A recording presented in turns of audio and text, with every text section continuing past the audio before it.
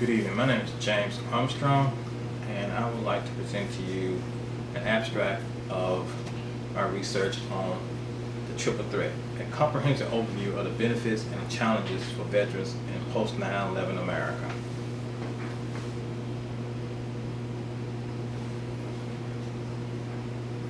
Through my own experience and those of many of my fellow veterans, I have developed the following topic for research. To what extent do nonprofit organizations really do reach out and help veterans and their family members and caregivers? To answer this question, I plan to examine the innermost operations of several nonprofit organizations. I will look into where the money is going, conduct interviews with other veterans, their caregivers, and personal contacts who begin some of these organizations. I want you to know that if a nonprofit groups are making a profit, how much of that actually goes to the wealthy CEOs of these programs and organizations are truly helping veterans and their families? If so, how are the organizations connecting with the wounded veterans? Are these veterans really responding to their outreach? Hopefully, the answer I'll find through the research will provide an accurate insight into research that can contribute to the empowerment of those considering a career in nonprofit organizations. The problem many disabled veterans face in this country is the inability to receive timely compensation and assistance. Having been through that myself, waiting on compensation and any type of assistance that you need is very nerve-wracking, especially if you have a family, a home, mortgage, all that. Although foundations such as the Wounded Warrior Project offers assistance to injured veterans and their family, the process can take several months, sometimes more than a year, for a veteran to receive any type of compensation for their services. Furthermore, private funds and additional resources are not always distributed equally among individual veterans. One of the main causes of these afflictions is the time it takes for the medical board to process and evaluate a disabled man and women of the armed forces. The Wounded Warrior Project can do about the time it takes. That's what we need to know. How much time does it take and what can they do to help with the evaluation system? While the disability evaluation system process is going on, your bills are still going on, but you're not receiving any type of compensation. The main purpose of this report is to provide insight on why charities and foundations dedicated to helping our troops should establish procedures to assist veterans as they undergo medical review process. We will look into their operation, marketing, funding, and management to determine the strengths and weaknesses of theirs. As I mentioned previously, the crisis the veterans are facing is waiting for a qualified assistance while not having the ability to work or earn a paycheck. In this article written by Aaron Gladys of the Center for Investigative Reporting, the problem at the Veterans Administration Office are exposed. Gladys claims that since the new generation of war veterans are emerging, the government is either going to brush them aside like they did for Vietnam veterans, or they will provide the type of care and help that they need. Glass also provide unpleasant but necessary insight into our nation's fractured VA healthcare systems. World War II veterans, when they returned back from combat, they returned to a fully functional and successful Veteran Affairs health system and a robust GI Bill. A lot of you guys went on to create businesses. The famed Aspen Ski Resort was established by World War II veterans because they received timely compensation for their service that they received. Now, the backlog is a major issue also.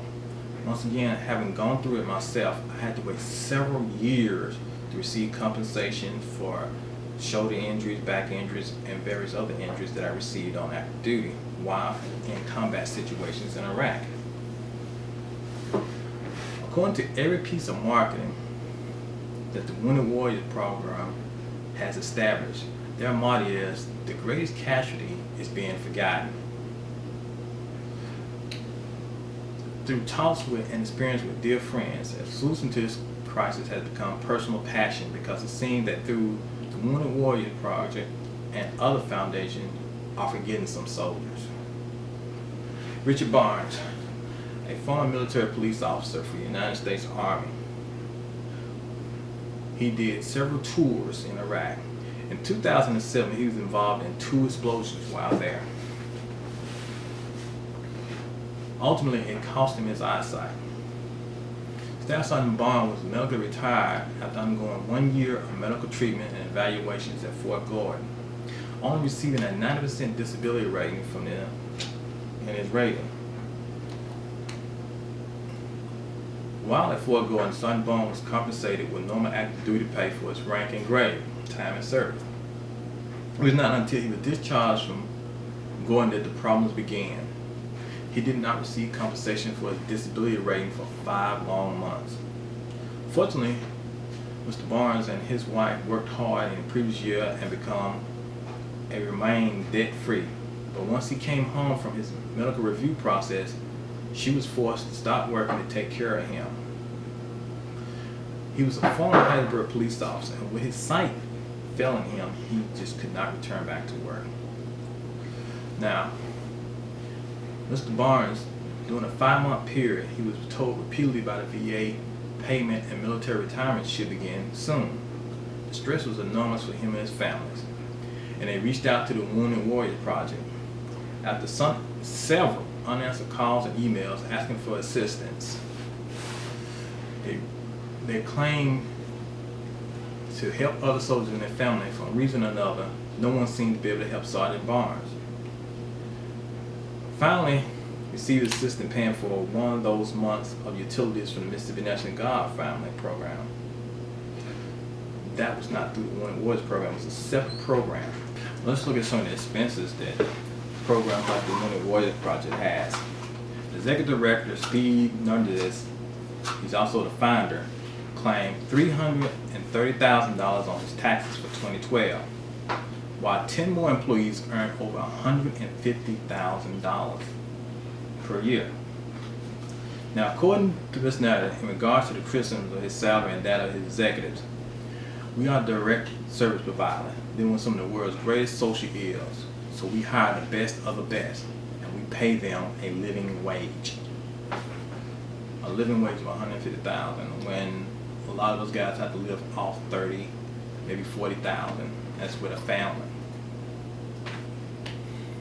Now, these figures don't stand alone. According to Charity Watch, $74 million in 2011 revenues, Wounded Warriors spent $13.8 million on fundraising, $11.5 million on salaries, $8.9 million on consulting and outside service, $5.5 million on meetings and events, and $3.1 million on travel. That's according to Barron Magazine of 2013. Now, I have a recommendation. In order to make sure that this program is ran with the ideal that is taking care of our soldiers, they may want to cut back on some of their expenses, unnecessary expenditure. Cut on some of their spending. Large percentage of their funds should go to veterans and their families, as mentioned previously, and only 58% of that is going towards helping military veterans. If Wounded Warriors decide to make some of those cost changes in their budget, it would not only benefit them, but more importantly, it would benefit the men and women of armed services who rely on this type of assistance. It is important we find a more effective means of supporting disabled soldiers, as too many of our veterans are suffering and passing away waiting on Wounded Warriors Foundation and other foundations to help them.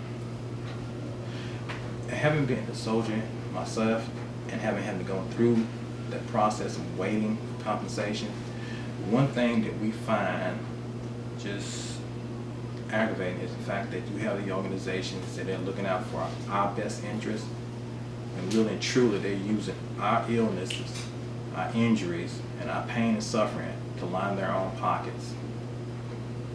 And we basically just being exploited. And hopefully this hearing will open up some type of insight to where these organizations need to get together and stop thinking about profit, especially when you consider yourself a non-profit organization, but you're only thinking about the bottom dollar for yourself. and others, and think about the people that you're supposed to serve. It goes a long way, and your dollars and cents will go to good use if you take care of the people who are taking care of this great nation of ours. Thank you.